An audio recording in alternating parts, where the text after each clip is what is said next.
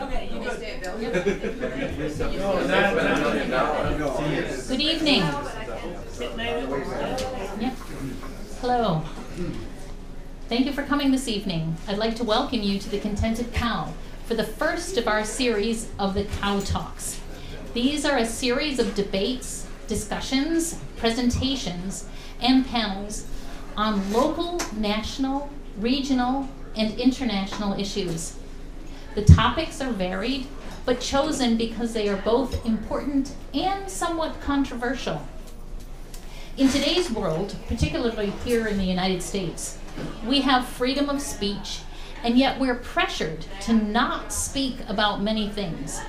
We're hoping to change that in some small way here at the Cow through CowTalks. We expect that all participants and members of the audience behave in a civil manner.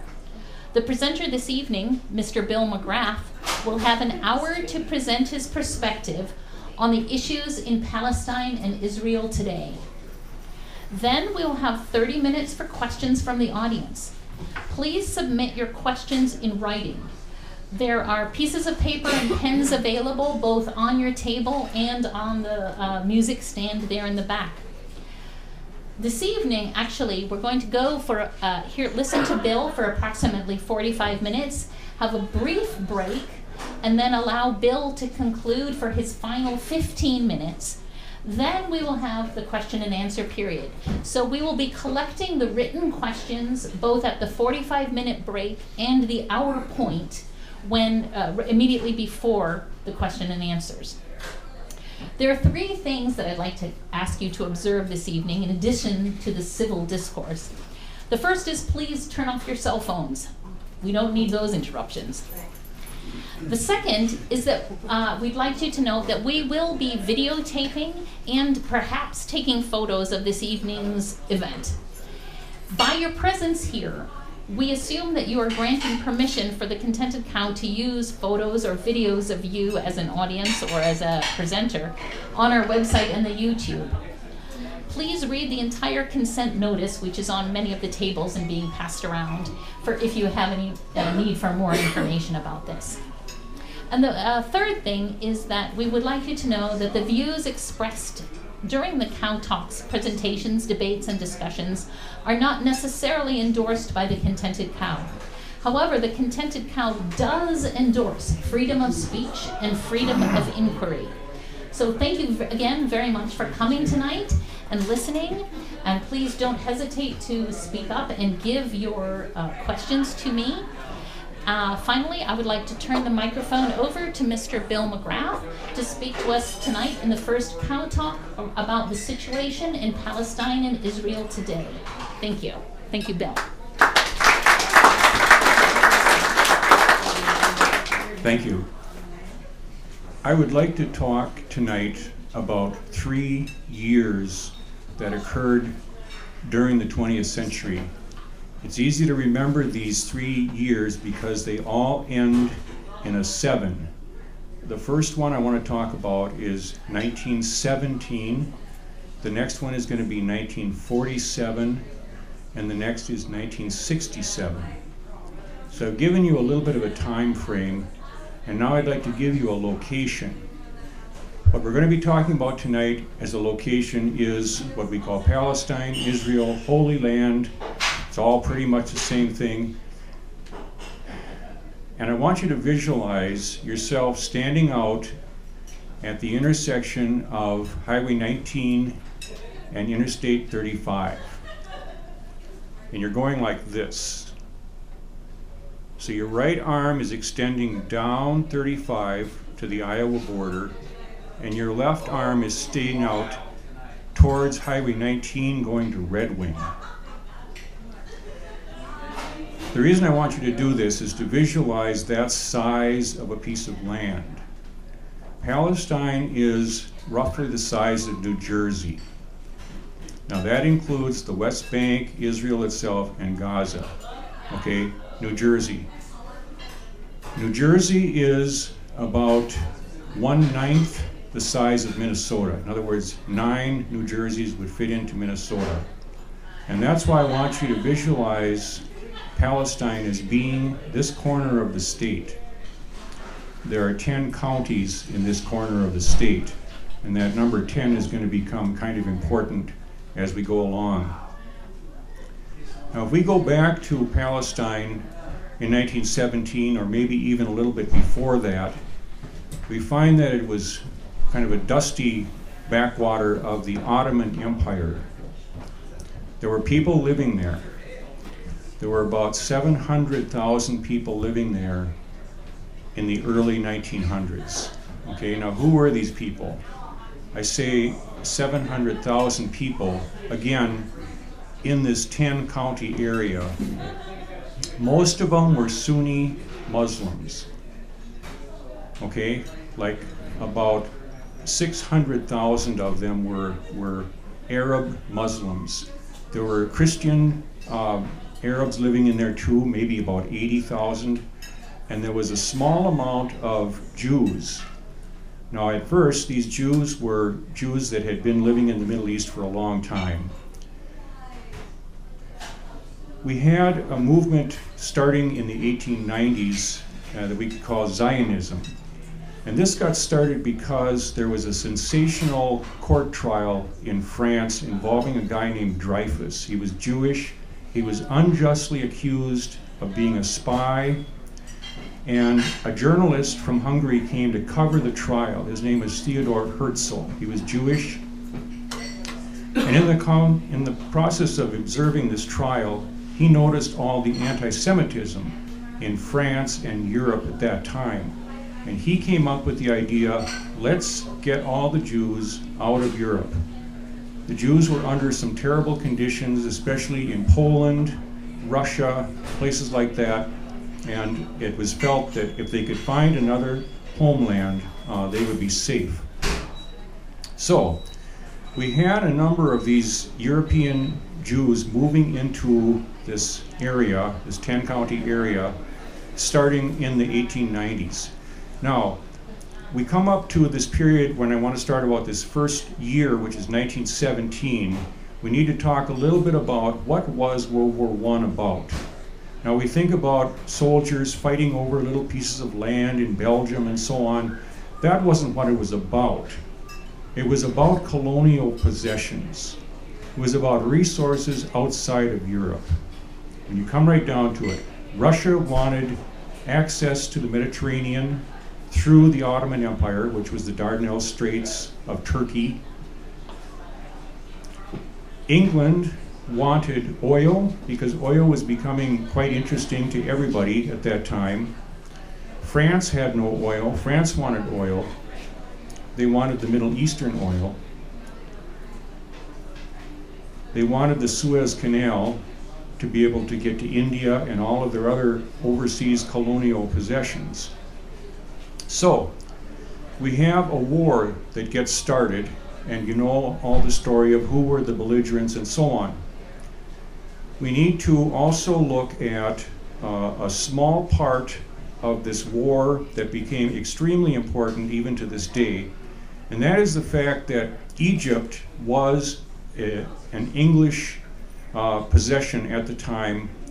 The governor of the governor of Egypt, who was English, reached out to the Arabs and said, if you will fight on our side, we will make you free. We will get you away from the Ottoman Empire, which was a Turkish empire. This is all documented, and the Arabs fell for it, and that's what Lawrence of Arabia was all about. So you had these Arabs who are Muslims, for the most part, fighting against other Muslims, who are the Turks, the Ottomans. There was a civil war. We brought about this war on the promise that we, the Brits, would help you have your own lands. Okay, so that was one communication between the governor, his name was McMahon, governor, and the leader of Mecca. Now meanwhile, there were two men, one in France, one in England, who got together secretly.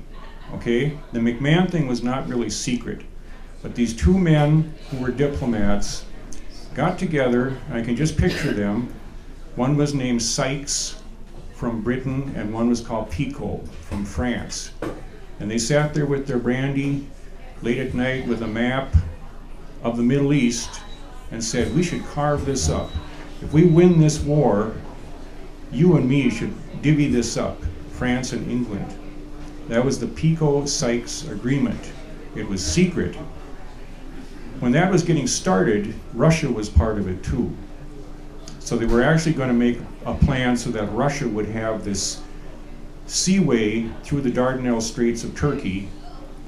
Everybody wanted some part of the Middle East, okay? Now there was another thing that was going on in England during World War I, and that was a submarine blockade. And one of the things that England did not have and needed to fight this war, they needed gunpowder. They needed explosives. Right at this time, there was a development of a product that was called cordite. It's a type of gunpowder, let's just say. It's an explosive. And in order to make this stuff, you have to have acetone. Now, the Germans had a lot of acetone. England had almost none. There was a Jewish chemist whose name was Chaim Weizmann in England. He was well known, very intelligent guy, basically a good guy. And he came up with a plan of how to develop acetone in England. Forget the submarines, we'll just make it here. This made him extremely valuable to the British government.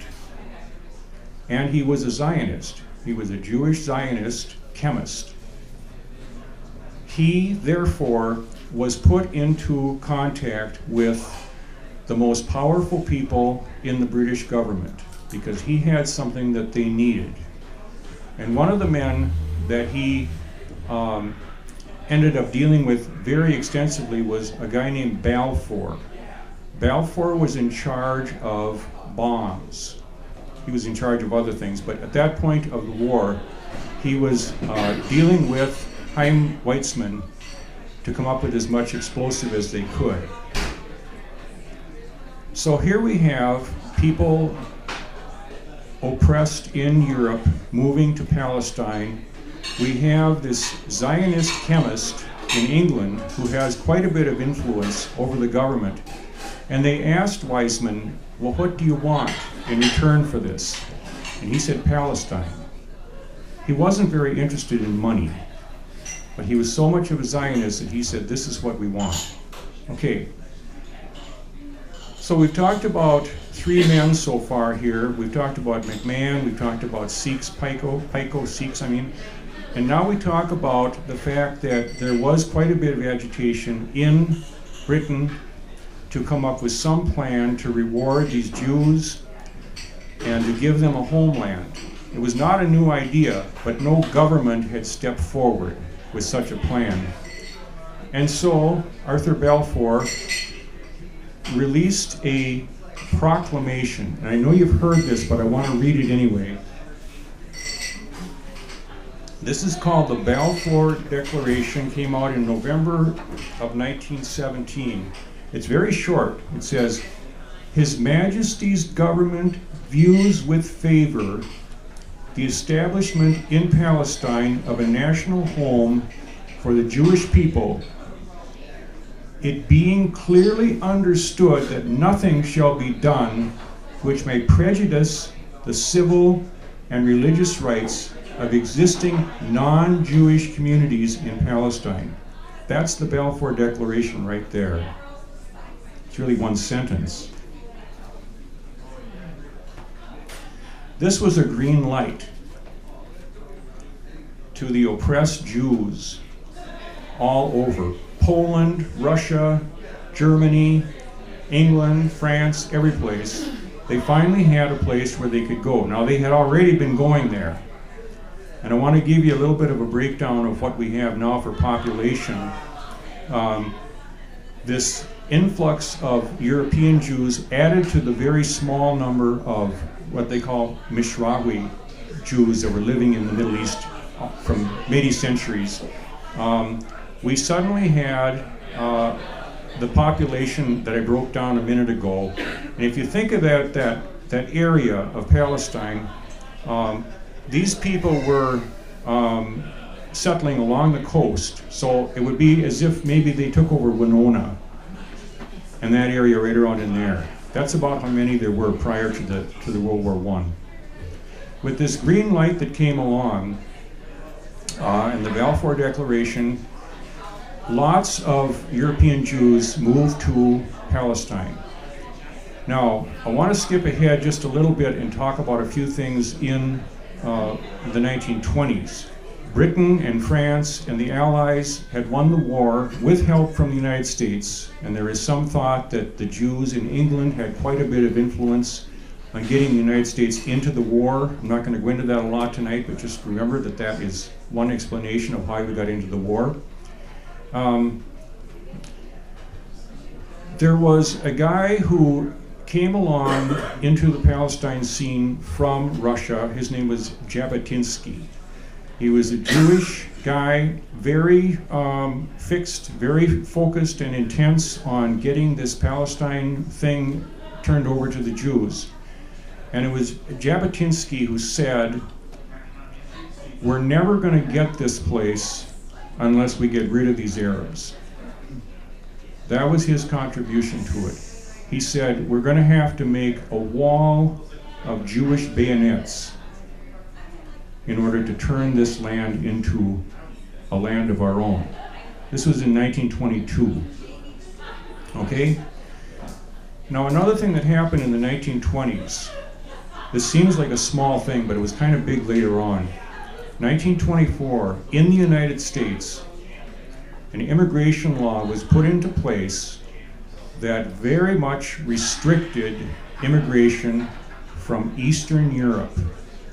Okay? Now, some people might say, well, that was, there's a lot of Jews living there. Was this an anti-Semitic immigration law? I don't know.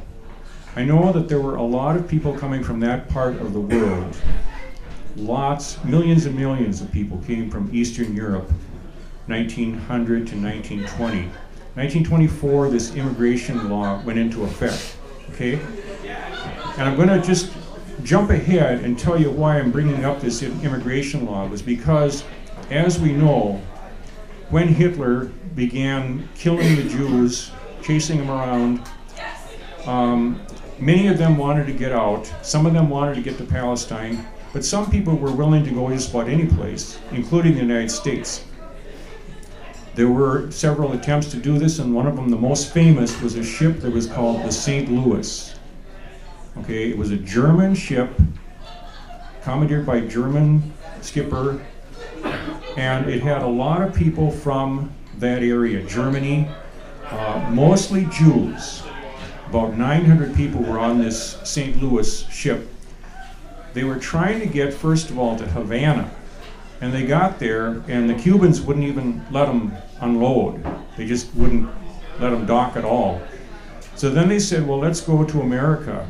And they began sailing to America, and of course, our forces were monitoring all this. Now, this is 1939 we're talking about, and that ship was not allowed to land any place in the United States. The skipper was actually trying to just scuttle the vessel so that they could just go ashore. He was German, but he was trying to help them get away from Hitler. But right away, there were two American frigates escorting this ship away from America. They wanted nothing to do with it. They were also not allowed to land in Canada. So this ship ended up going to Belgium, of all places, and the Jews got off the ship, and a lot of them ended up in the death camps. Okay? So remember that, because that's going to be brought up to us all the time, that we would not let the Jews in during the Hitler thing. A lot of it had to do with that law, 1924 immigration law. Okay, I'm not saying it's good or bad, but that was the reason. It was not necessarily anti-Semitic. Okay, we want to go back and talk about how bad the Arabs are for a little bit. The Arabs conducted several massacres of Jews. Starting in the 1920s, there was one in Jaffa, which is right on the coast. About 90 Jews were killed in Jaffa by the Arabs. There was another bad one in 1929, actually two of them. One of them was at the Western Wall in Jerusalem. Like 135 Jews were killed there. And at the same time, another massacre of Jews occurred at the hands of the Arabs in Hebron. So this skirmishing was going back and forth. Part of the issue was, this might sound familiar, the Arabs were feeling that the Jews were taking away their jobs.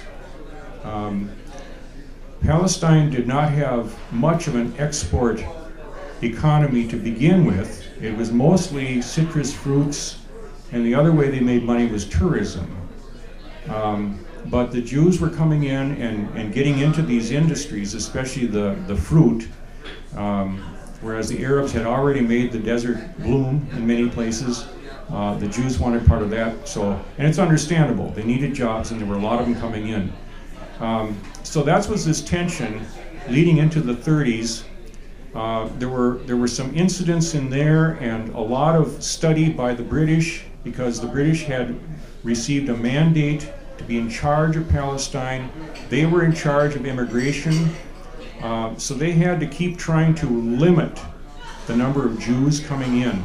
This was causing a lot of resentment by the Jews towards the British. So everybody was mad at just about everybody else over there for about 20 years, 25 years you could say. When World War II came along, the number of Jews flooded into Palestine. And again, if we're going to visualize this 10-county area, by the end of World War II, we could say that, probably about 3 of the counties of these 10 counties are Jews, and the other 7 are still Arab. That's about how it stood at the end of World War II. Okay? Again, they were mostly along the coast. They were moving into Jerusalem and so on. Every place they could find a place to make a living, more and more of them were coming. Now, there were some incidents that occurred at that time. You could call them terrorists, going back to this Jabotinsky, who said, we've got to fight our way into this country. So we had some descendants of Jabotinsky. One of them was a guy named Menachem Begin, and he carried out several massacres and was also instrumental in a bombing, a famous bombing in Jerusalem in 1946. The David Hotel was bombed, and about 95 people were killed, mostly Brits, but there were Jews and Arabs also killed in that bombing. That was Begin that did that. So the Brits were getting tired of being in there at all. They were in charge of the place officially, but they wanted out. And with World War II ending, I think one of the things we need to recognize, whereas World War I had been about who's going to control the overseas colonial possessions, World War II, the message that came out of that war was, we don't want to have colonies anymore. We don't want to have people controlling countries across the world. And you'll see in that post-war period, many, many countries got their independence. Okay, it took a while, but India, Vietnam, Algeria, that was the trend after World War II.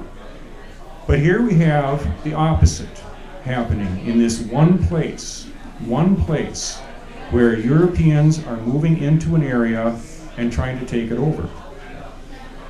Colonization, exclusionary colonization. They wanted it to be a Jewish state, as Balfour had said, and they forgot about the last half of that Balfour Declaration. They took on the Jabotinsky point of view. We're going to fight, we're going to get rid of the Arabs, and then we'll have our own land. They were a traumatized group of people coming out of death camps. Okay, so you got to cut them some slack. Nobody was really reining them in except the Brits, and the Brits were sick of it. So they began making plans for partitioning the area. Going back to actually 1935, there was the first proposal to partition the 10-county area we're talking about. But nothing came of it until 1947, which is the next year that I wanted to talk about. And what happened in that year, amidst all of this fighting that was going on, skirmishes here and there, not armies, but just bombings and fighting and riots, it got referred over to the United Nations. Okay, now the United Nations was pretty small at that time, but it was going to be the answer to world peace. And it was referred to the General Assembly of the United Nations. They came up with a plan which is called General Assembly Resolution 181. Okay, it's a very important concept because it was narrowly approved. Okay, there were 4 countries, Venezuela, Philippines, Liberia, and Haiti, who were opposed to ratifying Resolution 181. Those 4 countries came under intense pressure from the United States, with threats to cut off foreign aid to those countries unless they would change their vote over. And they did change their vote over, and very narrowly, General Assembly Resolution 181 was passed. Now this drew a line through Palestine. One part was going to belong to the Jews and the other part to the Arabs. And again, coming up with this 10-county comparison, what that did was, rather than anybody ending up with 10 counties, the Jews made up about 3 counties worth, or 30% of Palestine at that time. Well, the way that this line got drawn was that they gave them almost 6 of the counties. They gave it to the Jews, even though they were a distinct minority. The resolution gave them more than, it was about 55% is what it was, but I'm going to say 6 counties just to visualize it. So now the Arabs have 4. They did not like this. They didn't like the idea of partitioning it at all. Some of them didn't want the Jews there in the first place. Some of them were willing to come up with some line, but they objected to this. They thought it was very unfair. And like I say, in that early part of 1948, the resolution was approved in late 47. And I need to point out something about that resolution. It did not partition Palestine. And there's a couple of reasons why it did not. One is that a resolution that's passed by the General Assembly of the United Nations is not binding. It has to get approved by the Security Council, and it never did. Okay? So that was one thing that was wrong with it. The other thing was so many people felt it was unfair. So amid all this skirmishing that was going on, the Brits pulled out. They said, this resolution will take care of it. The Jews are going to get 6 of the 10 counties. Bye-bye. And the moment they did that, Israel unilaterally declared that it was now a country. Okay? Now there were some incidents that happened right before this Declaration of Independence, and one of the famous ones was an attack on a specific village that was just west of Jerusalem. It was called Deir Yassin. And the significance of that particular action was that the Jewish militia, there were different gangs. One was called the Irgun, one was called the Stern Gang, Ku Klux Klan thing almost, you know, armed citizens who took it upon themselves to try to make things the way they wanted it. And they were chasing the Arabs out of the Arab villages during the first half of 1948. When they came to Deir Yassin, they waited and attacked in the early morning when the men were all gone, and they killed all the women and children. There were a few men there, they rounded them up, paraded them around, and then they killed them. And the big significance of it is that the Zionists at that time wanted to make this incident into a well-known occurrence throughout the Arab-Palestinian area, and they did very effectively. They said, this is going to happen to you unless you leave. So the people were panicked, and they left their villages, and about the time that the state of Israel was proclaimed unilaterally, the Arab armies of the surrounding area attacked the new state of Israel. Okay, so the summer of 1948, we had Syria, Egypt, Jordan, Lebanon, I think, and they all attacked, but they were badly outnumbered in the first place. They were outgunned. Many of them had pitchforks for weapons. I don't mean the Arabs within Palestine that were fighting back often did not have any weapon except for farm implements. Okay, so this is what they were fighting against. No wonder they were able to take it over pretty readily. They had guns from places like Poland, Czechoslovakia, Russia, and they were paid for by money from the United States and England and other places like that. So all of this high-tech, modern armament was coming into the Zionist side of this war. So it didn't last very long. And when that war ended, the Jews now ended up with more land because this partition line had shifted over to reflect where they had actually ended up, and they drew a line there, and that's known as the Green Line. It left the Palestinians with, let's say, 3 or 4 counties worth, and all the rest was going to be the Jewish homeland called Israel. Now, a resolution then was passed that is called 194. And once again, this was a resolution that was passed by the General Assembly, and therefore it also is not as binding as some of the other United Nations resolutions. But that resolution said that you've got to go back to the Green Line.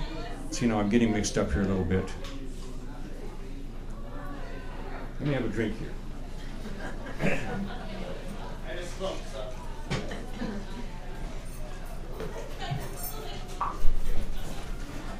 They passed 194, and we then had pretty much the 2 countries side by side.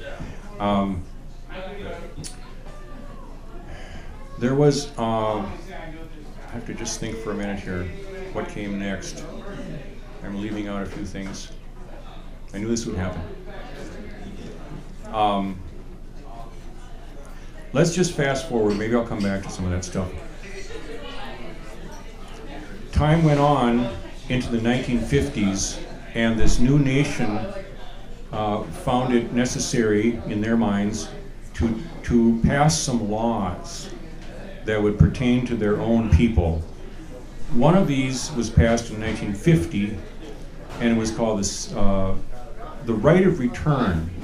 And it said that Jews from all over the world will now be welcomed to come to Israel. 2 years later, they passed another law that was called the Citizenship Law. And what that said was, not only can you come here, but the moment you get here, you're going to immediately become a citizen of Israel. there already were some Arabs who had been sort of trapped inside Israel, okay? They also became citizens, but the word means something different if you're an Arab Israeli citizen. And I'd like to just give some comparisons to what that was like and what it is still like now. Yes, you are a citizen if you're an Arab Israeli. You are a citizen of Israel, and yes, you can vote. But there are a lot of restrictions placed upon you as to where you can live. Picture yourself again in this 10-county area, and let's say that you're in the Israel part of the 10 counties, and you want to go and live in Kenya. Well, you arrive there and they say, nope, you're an Arab, you cannot live here. This is a Jewish community, and this is inside Israel. There's a lot of places where Arab Israelis are not permitted to live. Okay, that's one thing. Another thing is, it's very awkward if you marry somebody who is Palestinian, who is Arab just like you, whether you're Muslim or Christian or whatever, but you're an Arab, you speak Arabic in other words. You cannot be married to somebody who lives in the West Bank, because if you leave your Israeli location, you will possibly not be able to go back. You will lose your citizenship. So a lot of restrictions apply to Israeli Arabs that do not apply to Arab or to Jewish Israelis. Okay, so these are some laws that passed in the 1950s, and many have been added to that since then. We think about what it's like to be a Native American or a black Afro-American in this country. Well, you know, they have been considered second-class citizens in a lot of ways, but they can get in their car and travel wherever they want to. They can marry whoever they want to. You know, they have these leeways that Arab Israelis do not have. So, we talked about 2 years so far. I want to jump forward to 1967. We have the Jews of Israel who are now in position of controlling almost 7 of the counties in this corner of the state here. And there were still tensions all the time within Israel, within the part of Israel that was actually part of Jordan, which we call the West Bank. It was part of Jordan for a period of time.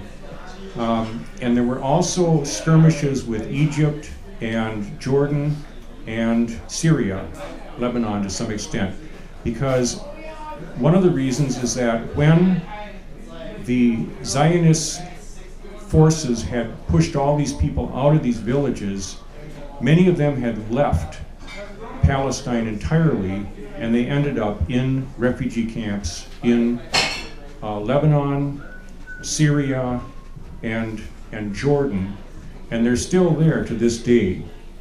There's about 5 million of them in those 3 countries. These are Palestinian refugees living pretty much in camps. They're very poor. They would like to come back, but there's no right of return, okay, for those people. They're not allowed to come back to their homes in Israel or even into the West Bank. So we come to this war. It was a preemptive war. It is very clear and agreed upon on all sides that Israel attacked first. It was a very short war. Israel was able to take out the Egyptian Air Force in no time. And so they prevailed. It was a 7-day war. Now, one incident that happened during that war, which I find to be extremely important, was that there was an American ship that was in the Mediterranean very close to the conflict during the 1967 war. It was called the Liberty. It was a spy ship. Okay, it was a surveillance ship. It had a very distinctive appearance. It did not look like a warship. And the Israeli forces who were fighting the Arabs at the time attacked this ship for several hours from the air and from torpedo ships. They torpedoed it. They killed 38 American sailors and wounded 170. There were some aircraft carriers not too far away. One was called the America, one was called the Saratoga, and they actually sent planes to deal with these attackers. But they were recalled by Lyndon Johnson and McNamara, and that was a real turning point. That was a real turning point in our relationship with India, or with Israel, because from that time on, you could pretty much consider that the 1967 war never ended. It's continued to this time, and the main part of it is that America is firmly on the side of Israel. And I think it was that incident that dramatized this continued commitment to Israel. I think it started on that day. There was some of it before that, but every time since then, no American government has spoken out for any period of time against Israel since that incident happened. Now, an important resolution was passed by the United Nations Security Council. Now, this is the first time we're dealing with a resolution by the Security Council. This was 242. And from everything I'm telling you tonight, the two most important documents in my mind are the Balfour Declaration and Resolution 242. Because 242 said that Israel needs to withdraw from all of the territory that it has taken over in this 1967 Six-Day War. Well, they've never done that. Okay? Another war came up a few years later in 1973, and once again, Israel was sitting with the Sinai, the Golan Heights, the West Bank. They had taken all this, they refused to give it up. Egypt tried to get the Sinai back. Egypt sent forces into the Sinai. They did not attack Israel itself, but they sent forces in there, and once again Israel prevailed. Okay, so the Arabs lost that war, and that was really the last time that other nations have risen up against Israel militarily. I could go on and on about everything from 1967, but you know what? It really doesn't matter, because that war has never ended. That war has continued in the sense that Israel continues to take more and more land through military measures. There's been all of these peace processes and negotiations. There's been Oslo, and there's been Camp David, and there's been and there's no reason, in my mind, that any of us should spend any time trying to understand these things. Because here's what it is, folks. It's Uncle Sam walking into a room with a pizza. And he says, "Hey, Palestine, hey, Arabs, come on over here. Israel, come on over here. We're going to divide up this pizza." So they sit down, the Palestinians sit down, and Israel sits down, and Israel starts eating the pizza. No real effort at dividing the pizza. Just eat it. Just take it. That's what it's been like ever since '67.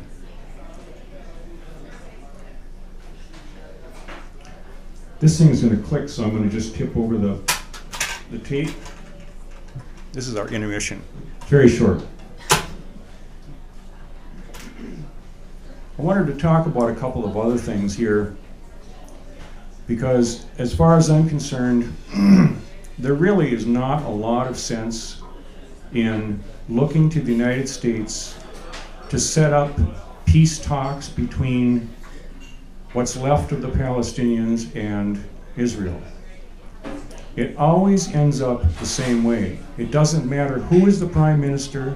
It doesn't matter who is the president.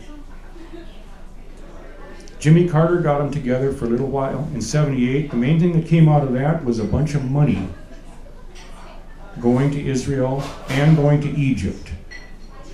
Jimmy Carter made them kiss and make up and gave them a bunch of money.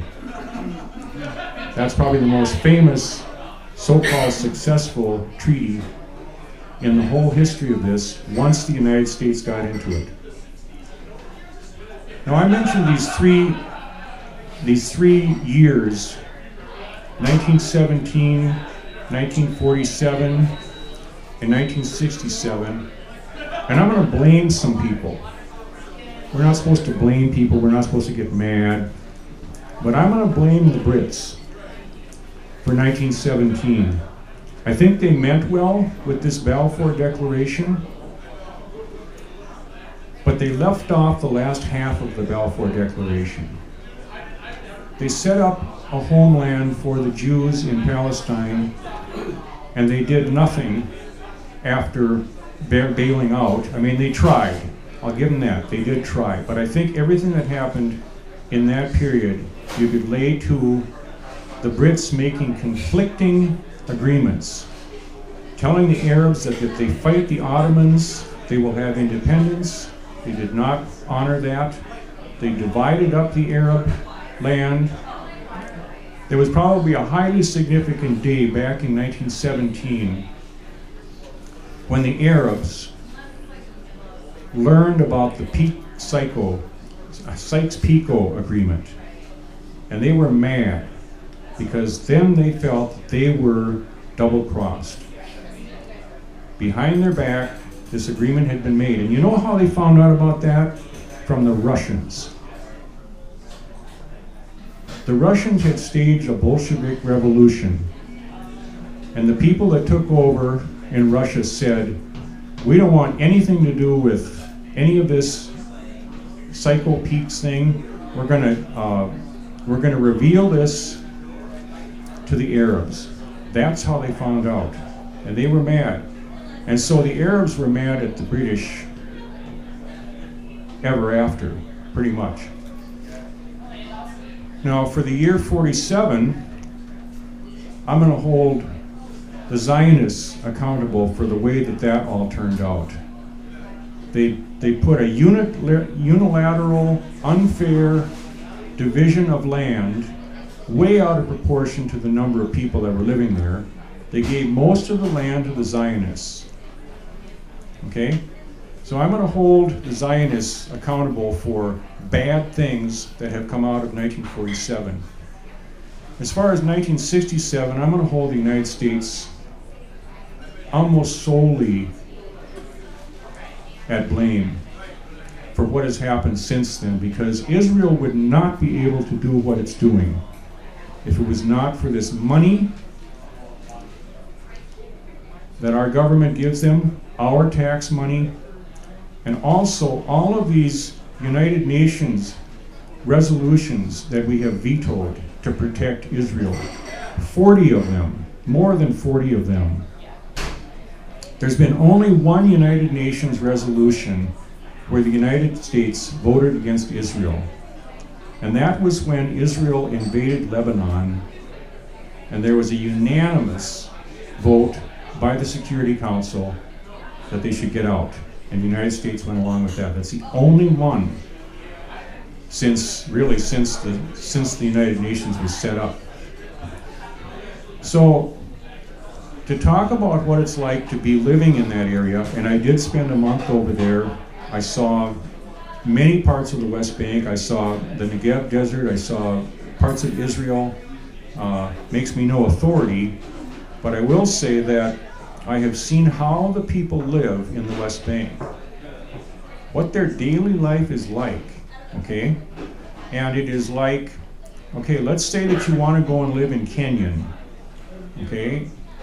You're an Arab Palestinian and you want to go live in a town within your West Bank. I'm pretending that Kenyan is in the West Bank. for right now, let's just think of the West Bank as being Rice County, Steele County, and Fillmore County. That goes right down to the Iowa border. Think of that as being the West Bank. It's actually a little smaller than that. Well, you can't just travel around in this area, this West Bank. You run into checkpoints all the time. I went through checkpoints. I went through 14 checkpoints while I was there. I saw people get turned back. Arabs who were not allowed to go on, no matter what. Hospital, whatever, they were not allowed to go. This happens. It's not as bad as Gaza. I've never been to Gaza. To visualize what Gaza is, think about Rice County, okay, go out to 35 and come on over to the county line. You know where the county line is out here, near Strand, basically. Okay, the whole east edge of Rice County, that's bigger than Gaza. Gaza is smaller than that, and there's 1.6 million people living in Gaza. It is truly a prison, open-air prison. They cannot leave. They're starving. Israel bombs them every now and then for the flimsiest reasons, destroys their power plants. They don't have good water. They're malnourished, I mean. So Gaza is really bad off. And I am blaming the United States for continuing this. We could stop it in a minute. Now there's two other things I wanted to comment on. One is the Bible. If people are going to say that what's going on over there is in line with the Bible, I'm going to say a couple of things in response. I'm Irish, therefore I'm Celtic. The Celts, about the time the Jews were building their temple, the Celts were living over in southeast Europe by the Black Sea. If the Celts had been literate, which they weren't, if they could write Bibles, surely they would have come up with stories like David and Goliath. All the stories would have been there. And now we would have a Celtic Bible that says that all of the American Irish, like me, should go over and kick butt in Romania and Ukraine, take it over, kick them out, and get $3 billion a year from the United States. That's what this Bible would do for us if we had such a thing, which we don't. Okay, another thing I'm going to say about the Bible is that if you want to look at God giving the land to the Jews, there were some conditions imposed on that. The fine print. God had some fine print and said, you've got to follow a lot of rules if you want to hang on to this place. And did they? No. And did they lose the land? Yes. They lost the land repeatedly. And you can read the Old Testament, the Torah, and you can come up with the conclusion that the Jews do not deserve the land at all, according to an interpretation of the Old Testament. The Jews sinned against God. The Babylonians took them over. The Assyrians took them over. The Romans took them over. You name it. You could interpret it as saying that's because they did not follow God's word. Okay? So that's two takes on the Bible. I don't have any interest in United States foreign policy being based on the Bible. I have no time for that. We have many other ways in this modern world to settle disputes without going back to the Bible. Okay? I'm just out of time. There was something else I was going to talk about. If you just let me think for a minute here, I'll come up with it. I've forgotten lots. I've forgotten half of what I was going to say.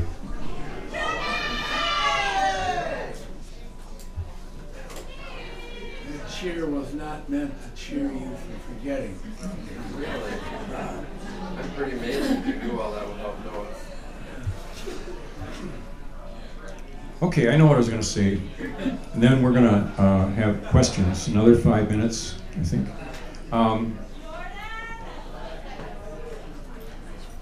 you're going to ask, well, what is Bill's solution, right? That's why you all came tonight?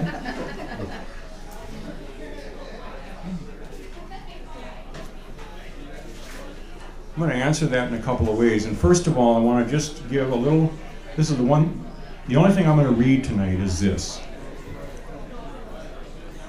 How it is hurting us as Americans to have this situation going on. This eternal Middle East conflict. Okay? Here are just a few, and you could add more to this list. Because we support Israel, we have $3 billion a year in tax money going to Israel. The death of innocent people, the persecution of innocent people, endless war, endless war. We're never gonna win the war on terror, and we're never gonna lose it.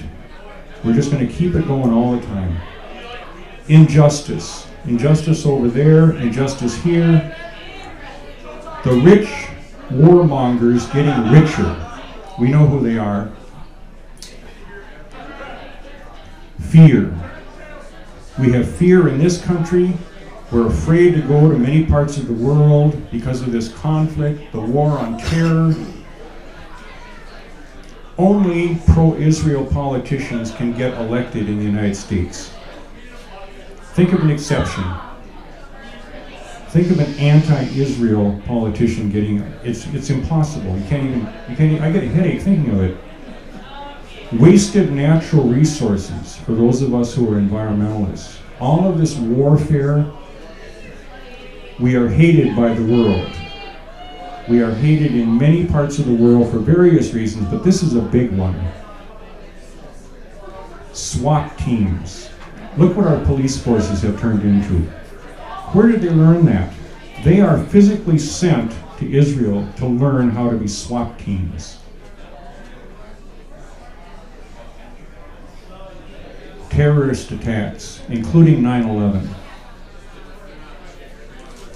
That is definitely attributable to our support of Israel. That's why this happened. Bible-based stupidity. Look in Kentucky. They are building Noah's Ark. They are building a theme park relying on tax money. And you know what? They will not employ workers in the Noah Ark theme park unless the worker believes in the Bible. Okay? No matter how qualified you are, you've got to be a born-again Christian to work there. And it's got tax support.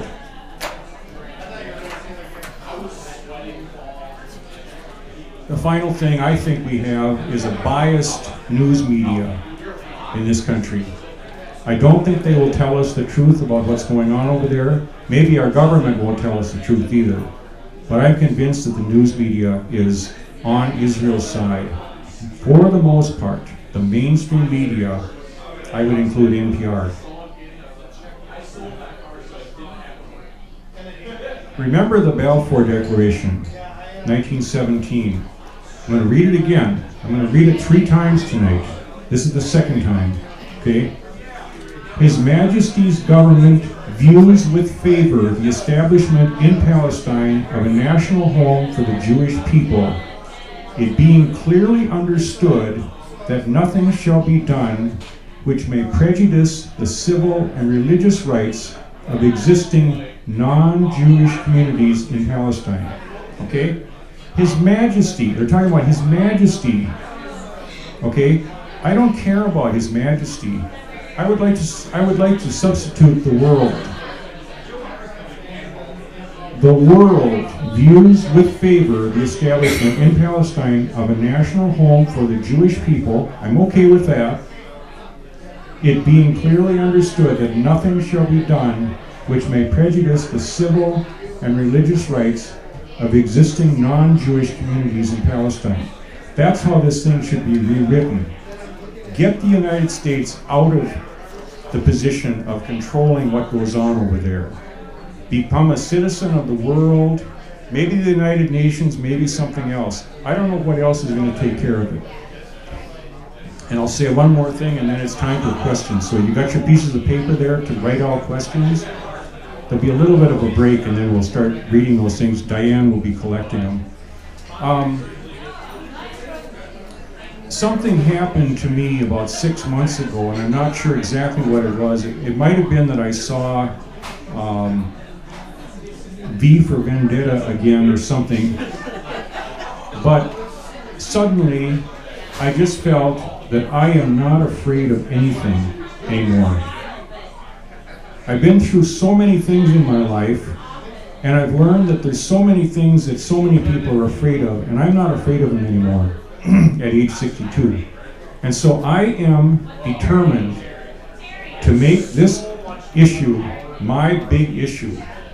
I care about the environment, and I care about healthcare, and I care about all this other stuff, but I'm not going to spend a lot of time on those other things. I'm going to focus on this one thing, and I think that's the only thing that's going to turn this around, is if we all become, I won't say fanatics, but if we really concentrate our effort on trying to get this Balfour Declaration reworded and put into practice. That's it. Thank you.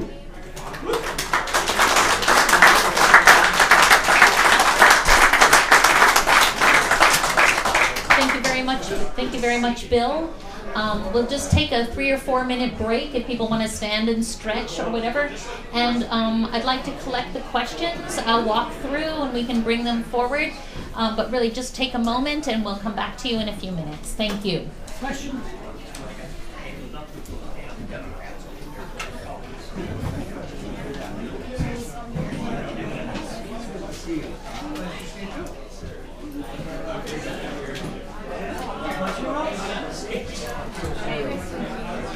Okay, everyone, thank you so much for your patience. We have quite a large number of questions to present to Bill, some asking for clarification, some giving alternative perspectives. Before we go, we'll go through, as I said, there's quite a number, many of which are 4 or 5 questions per sheet. So we have quite a large number of questions.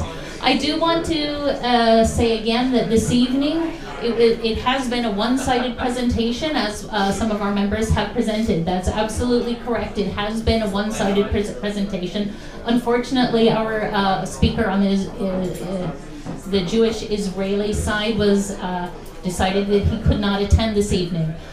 There is a gentleman here in the audience who has kindly prepared some materials presenting the Israeli position, so those of us with open minds and open hearts may be willing to read his material and think about these things, because it's not an easy matter. It's a very difficult situation in the Middle East where, you know, many of us have our thoughts, hearts, and minds confused and worried about the situation there. So the gentleman there on the pew has alternative materials. Should you be interested, there is no pressure at all, but he is willing to give you those materials. So I have not vetted these questions in any way. I've just shuffled them in and added them in. So we'll go ask Bill to be as succinct as possible as we answer these questions. The first question: why do you suppose that the Jewish lobby in the U.S. is so strong and so influential? Why do you suppose the Jewish lobby in the U.S. is so strong and so influential?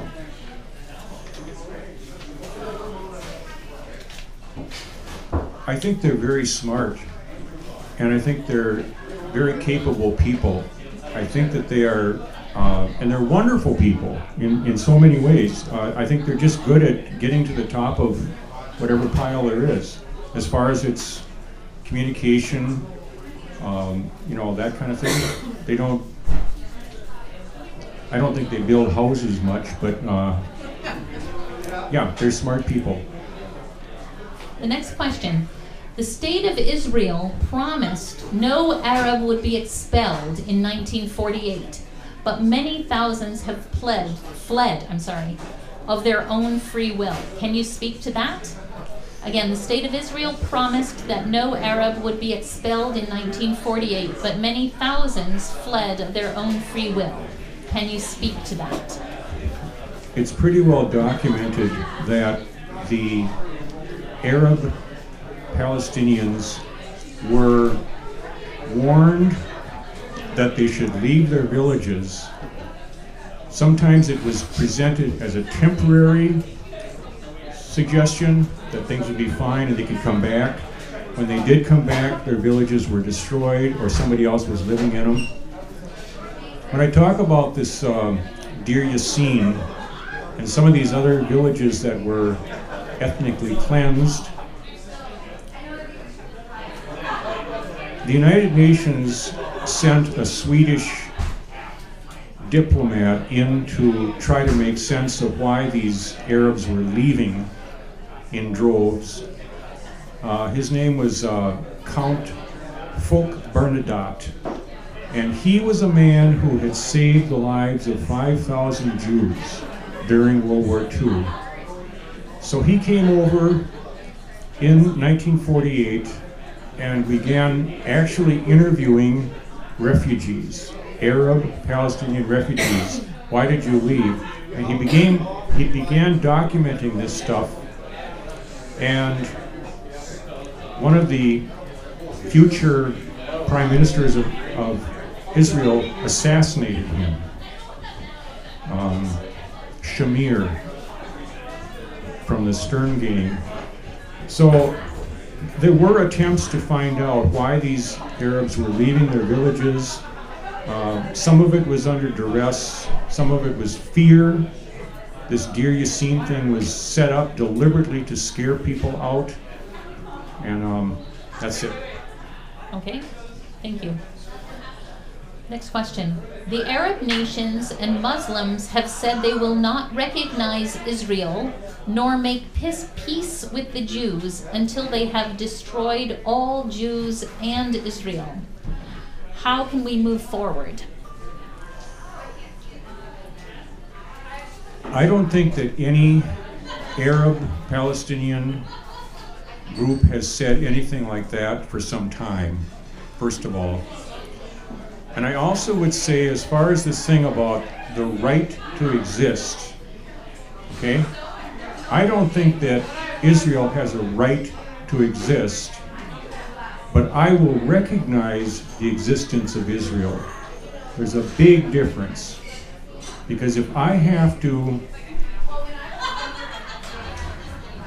agree that Israel has a right to exist, implicitly I am also approving of the way that Israel has come into existence, and I do not accept the method that it has become a nation.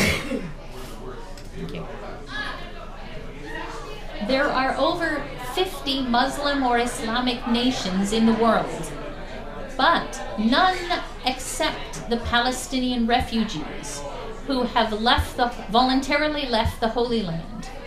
When Israel was established, the tiny democratic nation of Israel, the size of New Jersey, welcomes Jews from all over the world. How can anyone justify opposition to Israel and the U.S. support of nations which did not recognize the existence of the state of Israel? That's kind of a lot of different topics, I think. As far as why Arab nations do not accept Palestinian refugees, they do, in a sense, allow them to live there, but they live in squalor, by and large. That is not unusual. You have refugee populations in many parts of the world. It just ends up that way. Okay. The next question. We have 100 U.S. senators. Those senators are our problem. How can we educate them on justice in Palestine and Israel? I think the stick is much more worthwhile than the carrot on these people. And I will just come out, and I have done this, I've started to do this, is just to communicate with these candidates and say, I will not support you if you support Israel. Not Israel, not support Israel, support what Israel is doing. If you are supporting these attacks on Gaza, I am not going to vote for you. I'm not going to walk across the street for you. I won't have your lawn sign, I won't give you money. Put it in writing and send it to me. Next question. Today, now, what is the difference between Jews and Zionists? Are some Jews not Zionists? It might even be true that most Jews are not Zionists. Most Zionists are Christians. Okay. A question for clarification. We often hear the word anti-Semitic, but who are the Semites? The word Semitic, as I understand it, and there's a guy back there that would know all about this, it refers to language, the ancient Jews and the ancient Arabs, not Arabs, Palestinians, the people that were living there had much more in common and could be called Semitic by that explanation as far as a language root. Thank you. It's often not used that way today. No. There have been 3 Jewish nations in the land of Palestine: the United Monarchy under David and Solomon, the Maccabees in the 1st century BC, and the modern state of Israel. There has never been a Palestinian nation or state. Why do we need one now? The people who were living in the area that we call Palestine 100 years ago were part of somebody else's empire. It was the Ottoman Empire. How could they possibly be expected to have had a nation when they were a conquered people to begin with? Okay. Can you please tell us about the settlers? Most of the people who are living in the West Bank in the exclusive Jewish settlements are from Russia and Brooklyn. And they're there for different reasons. Many of them are there for cheap living, subsidized by the Israeli government. It's quite cheap to live there. It's much cheaper to live in the settlements than it is Tel Aviv. So what kind of a choice is that? Some of the people over there are religious fanatics. One of them killed 38 Muslim in the back in Hebron in 1994. So there's a variation of people in there, but I think what they all have in common is that they find that living in those settlements is economically prudent for them and also is in line with their Zionist values. No other reason. Okay. How do you place this situation in the broader context of the Middle East? Of Middle East intervention, such as in Libya, Lebanon, Pakistan, Iraq, or Afghanistan? My own interpretation, and I do not know a lot about all those other countries, and there's another guy over here that knows much more about that than I do.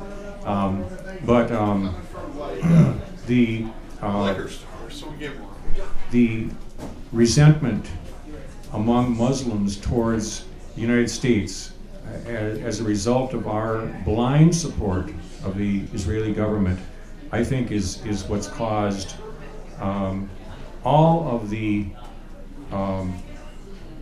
military action against all of those countries that you mentioned. Started with the Israel thing. Is this also a Christian crusade or like a 12th century crusade? It's interesting that some of these British leaders at the time of the Balfour Declaration were Christian Zionists, and they actually used words like that, crusade and so on. I don't know if Americans really relate to that term as far as our tax dollars going to Israel or our government vetoing United Nations resolutions. I don't know if they're thinking of that as a Christian thing to do. Briefly, what impact did World War I have on the Middle East? When I was talking about colonies earlier, the thing that came out of it was the League of Nations. And the tragedy of the League of Nations was that we didn't join it. If we had, we might have stopped Hitler. Instead, World War I resulted in a shifting around of colonies and a very weak League of Nations, and that's about it. It led to World War II. Do you know the size of Gaza as compared to Berlin? I do not know how big Berlin is. Okay. There was another question about the settlements. Do you have anything more to add to that? Probably not. There's so Okay. many questions. Okay. This one is, if the playing field were leveled, i.e. the U.S. took another stand, what would ensure that Hamas would pull back and peace would be restored? So if the playing field were leveled, i.e. the U.S. took another stand, what would ensure that Hamas would pull back and peace would be restored? I would never assume that Hamas is going to back off and no matter what we do. I think they're going to continue to consider that the land belongs to the Muslims. So I don't think it would affect it. Okay. Would divestiture, so divesting of certain assets, work to help the Palestinian and Israeli situation? I can speak theoretically, but I can also speak in terms of South Africa. That is what did in South Africa. And it's worked in other places too. Northern Ireland comes to mind. And incidentally, since we're on the topic of Northern Ireland, with all of the bombing and mayhem that was being committed by the two sides, but let's just single out the IRA, because I know about them. Britain never retaliated against Sinn Féin or Derry or any of these Irish Catholic Northern Ireland places with F-16s and helicopters and bombing and building walls, and Israel did.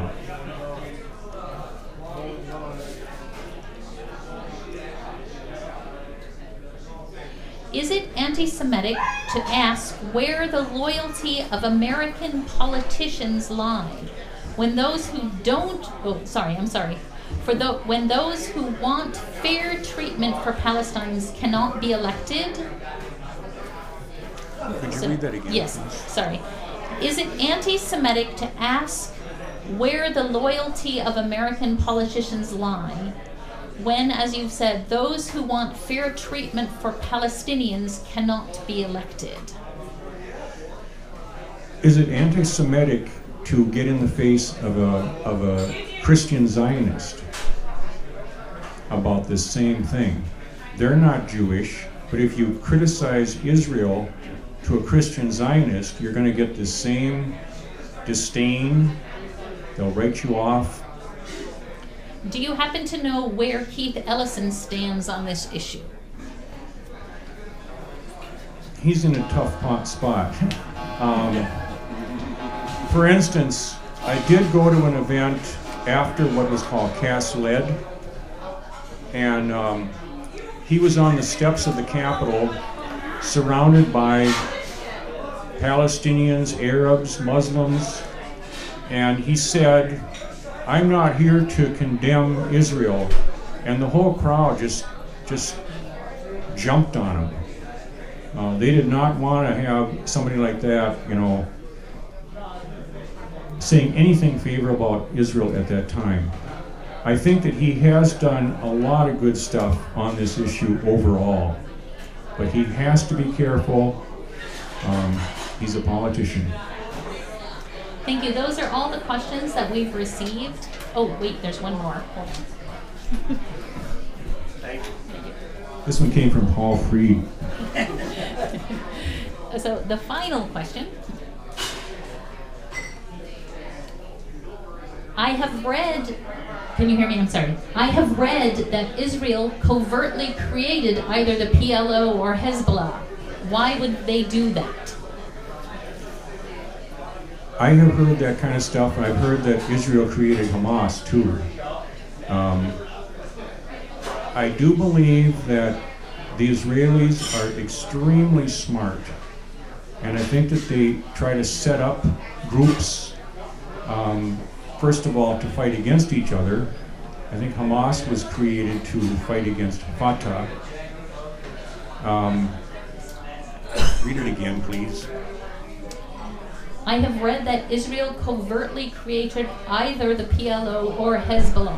Why would they do that? Or maybe it was Hamas. Or maybe it was Hamas. Well, Hamas, definitely. Yeah, it's very well documented that Israel wanted to have something like Hamas, and they got it. That's it. Okay, those are all the questions. I'd like to thank everyone again for coming. I would encourage you to come back to other CowTalks events in the future. Next Thursday, we have Paula Overby talking about transgender student athletes here in Minnesota and what this means for all of us. So please do come back, bring your questions, and we are very appreciative of the whole idea of civil debate, critical thinking, and analysis. Thank you again, and thank you, Bill. And thank you all for being here. And check out this guy that has the other point of view over here, too.